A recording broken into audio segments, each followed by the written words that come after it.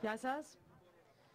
Είμαι μέλος της Λαϊκής Συνέλευσης Καλαμάτας και θα σας μεταφέρω τον απολογισμό και τις προτάσεις της Λαϊκής Συνέλευσης Καλαμάτας, στην πλατεία 23 Μαρτίου.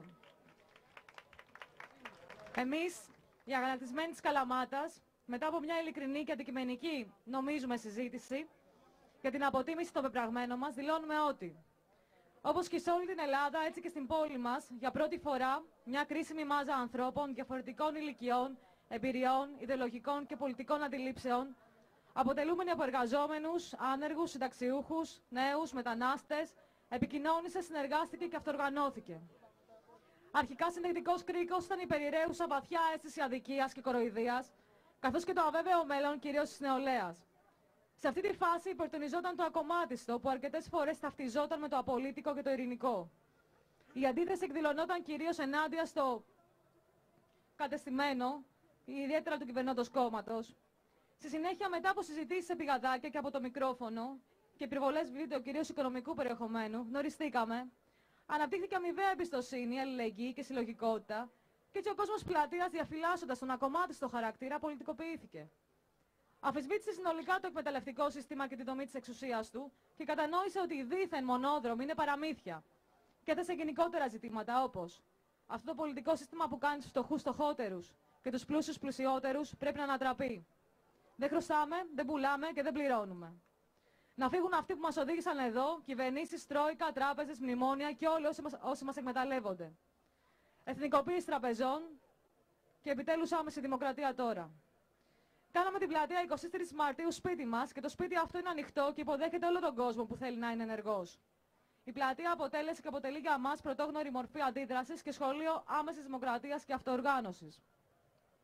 Στο διάστημα αυτό, εκτός από τις μαζικές καθημερινές συνελεύσεις, υπήρξαν και πολλές μαζικότατες δράσεις με απήχηση, όπως η πορεία του καναπέ. Η Καλαμάτα, όπως μια παρένθεση κάνω εδώ, όπως και πολλές περιφερειακές πόλεις, είναι η πόλη των φραπέδων και των καναπέδων. Οπότε και εμείς κατασκευάσαμε και περιφέραμε στους δρόμους της πόλης έναν άδειο καναπέ, τον οποίο τοποθετήσαμε στην κεντρική πλατεία της πόλης, καλώντας τον κόσμο να σηκωθεί επιτέλους από τον καναπέ του.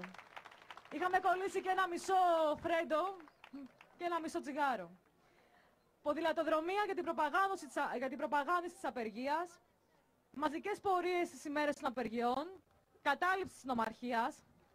Πάλι παρένθεση, η Μεσσηνία έχει και τον Κώστα Ναβαρίνο. Σε μια άφησα του Κώστα Ναβαρίνο που ήταν η γη της Μεσσηνίας απάνω με ωραίο τρόπο, βάλαμε ένα μεγάλο sold out. Πορείες για μαρτυρίες για την κρατική καταστολή στο αστυνομικό τμήμα στις 28 και 29 Ιουνίου. Έκδοση αφισών για τις απεργίες ενάντια στο μεσοπρόθεσμο και ενάντια στους βουλευτές που ψήφισαν το μεσοπρόθεσμο και ενάντια στην καταστολή. Ενεργή συμπαράσταση στην απεργία της ΔΕΗ με συμμετοχή στις απεργιακές φρουρές. Συμμετοχή στη συγκέντρωση του Συντάγματος 28-29 Ιουνίου. Συλλογή φαρμακευτικού υλικού και αποστολή του ιατρείου της πλατείας του Συντάγματος. Και οικονομική ενίσχυση για τους συλληφθέντες διαδηλωτές. Στο διήμερο της συζήτησης και ψήφισης του μεσοπρόθεσμου, με το πρωτοφανές αλλά και αναμενόμενο όριο καταστολής και με τις συζητήσεις που ακολούθησαν τις επόμενες μέρες, βγήκαν στην επιφάνεια με σαφήνεια ζητήματα που πριν ίσως δεν ήταν τόσο καθαρά. Ότι δηλαδή από τη μια μεριά υπάρχουν οι εργαζόμενοι, οι άνεργοι, οι νέοι που κατά χιλιάδες κατεβαίνουν στον δρόμο, διεκδικώντας το αυτονόητο, να μπορούν να ζήσουν με αξιοπρέπεια στη χώρα τους. Και από την άλλη υπάρχει ένα σύστημα εξουσίας και εκμετάλλευσης που δεν διστάζει να χτυπήσει με όλα τα μέσα που διαθέτει, προκειμένου να στηρίξει τα συμφέροντα του κεφαλαίου. Καθώς επίσης και ότι ο κόσμος μέσα σε αυτή την πάλη έδειξε πρωτοφανή για τα ελληνικά δεδομένα αντοχή, αποφασιστικότητα και αλληλεγγύη. Τις τελευταίες μέρες παρατηρείται σε εμάς μια απομαζικοποίηση της συνέλευσης, κυρίως από την νεολαία, φαινόμενο που πρέπει να προβληματίσει όλους όσους ενδιαφέρονται για τη διατήρηση και το δυνάμω αυτής της διαδικασίας. Το φαινόμενο αυτό δεν οφείλεται μόνο σε αντικειμενικούς παράγοντες, κούραση, καλοκαίρι, αλλά και σε μια καθόριστη αίσθηση αναποτελεσματικότητας και προβληματισμού για το τι κάνουμε και αν μπορούμε να κάνουμε κάτι μετά την ψήφιση του μεσοπρόθεσμου.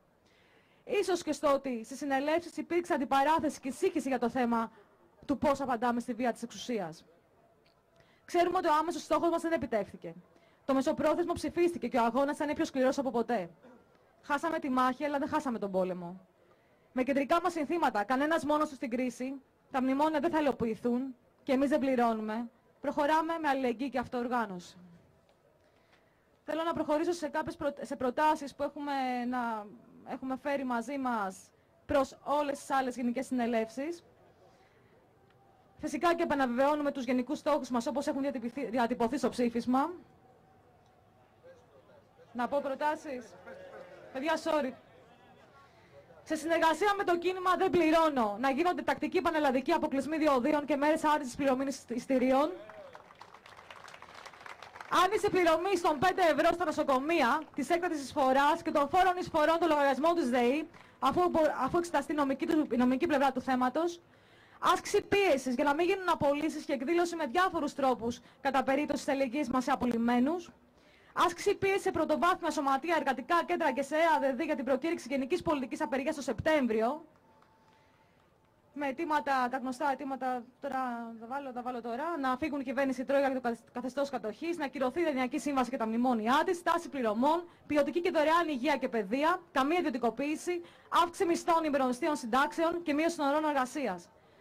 Μπλοκάρισμα με οποιοδήποτε πρόσφορο και κάθε φορά τρόπο προσπάθειας ιδιωτικοποίησης και εκποίησης δημόσιας περιουσίας και καμία διώξη στους συλληφθέντες, αλληλεγγύη στους διωκόμενους. Για επιμέρους δράσεις σε τοπικό επίπεδο, καθώς και για τη συνέχιση των συνελεύσεων, και εμείς είμαστε σε φάση να προτείνουμε μια φορά την εβδομάδα συνέλευση, γιατί έχει κουράσει η καθημερινή μας παρουσία εδώ και 45 μέρες στην πλατεία. Αλλά θα δούμε. Μπορεί και να μην γίνει έτσι. Θα δούμε. Ευχαριστούμε.